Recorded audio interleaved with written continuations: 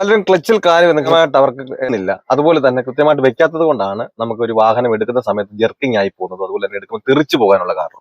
നിങ്ങൾ എങ്ങനെയാണ് ക്ലച്ചിൽ കാല് വെക്കേണ്ടതെന്ന് വെച്ചാൽ ഇത് കണ്ടില്ലേ, നമ്മൾ ഈ ഒരു ഭാഗം കൊണ്ട് വേണം ക്ലച്ച് ചവിട്ടാൻ. ഇത് കണ്ട ഈ ഒരു രീതിയിൽ ഇങ്ങനെ ചവിട്ടുന്നു, ഇത് കണ്ട പതിയെ ഈ ഒരു രീതിയിൽ ഇങ്ങനെ എടുക്കുന്നു. ഒരു കാരണവശാലും നിങ്ങൾ ഉപ്പൂറ്റി നിലത്ത് വെച്ചിട്ട് എന്ത് ചെയ്യരുത്, ഇങ്ങനെ എടുക്കരുത്. അതുകൊണ്ടാണ് നിങ്ങൾ ഇങ്ങനെ എടുക്കുന്ന സമയത്ത് തെറിച്ചു പോകുന്നത്. പിന്നെ പ്രത്യേകിച്ച് ആ സ്പീഡ് കൂടുന്ന സമയത്ത് നിങ്ങൾക്ക് പെട്ടെന്ന് കാലം ചെയ്യാൻ പറ്റത്തില്ല, താക്കാൻ കഴിയാതെ വരുന്നതും. ഈ ഒരു രീതിയിൽ ഇങ്ങനെ ചെയ്താൽ നമുക്ക് പെട്ടെന്ന് സ്മൂത്ത് ആയിട്ട് വാഹനത്തിന്റെ സ്പീഡ് അനുസരിച്ച് നമുക്ക് ക്ലച്ചിൽ കാലെടുക്കാനും അതുപോലെ തന്നെ സ്പീഡ് കൂടുന്നതനുസരിച്ച് നമുക്ക് ക്ലച്ച് താത്ത് കൊടുക്കാനും എളുപ്പത്തിൽ നമുക്ക് പഠിച്ചെടുക്കാൻ കഴിയുന്നതാണ്. വാഹനം കൺട്രോൾ ചെയ്ത് വാഹനം ഓടിക്കാൻ കഴിയുന്നതാണ്. ഇങ്ങനെ കാണുന്ന വീഡിയോസ് ഒക്കെ കാണുമ്പോൾ നല്ലൊരു കോൺഫിഡൻസ് കിട്ടുന്നെങ്കിൽ തനിയെ വാഹനം ഓടിക്കുവാൻ പേടി അങ്ങനെയുള്ളവരാണ് എന്നെ കോൺടാക്ട് ചെയ്താൽ നിങ്ങൾ കേരളത്തിന്റെ ഏത് ജില്ലയിലായിരുന്നാലും നിങ്ങളുടെ സ്വന്തം വാഹനത്തിൽ വന്ന് ഞാൻ പ്രാക്ടീസ് നൽകുന്നത്. നിങ്ങൾക്ക് ആഗ്രഹം ഉണ്ടെങ്കിൽ എന്റെ വാട്സപ്പ് നമ്പർ ബന്ധപ്പെടാം.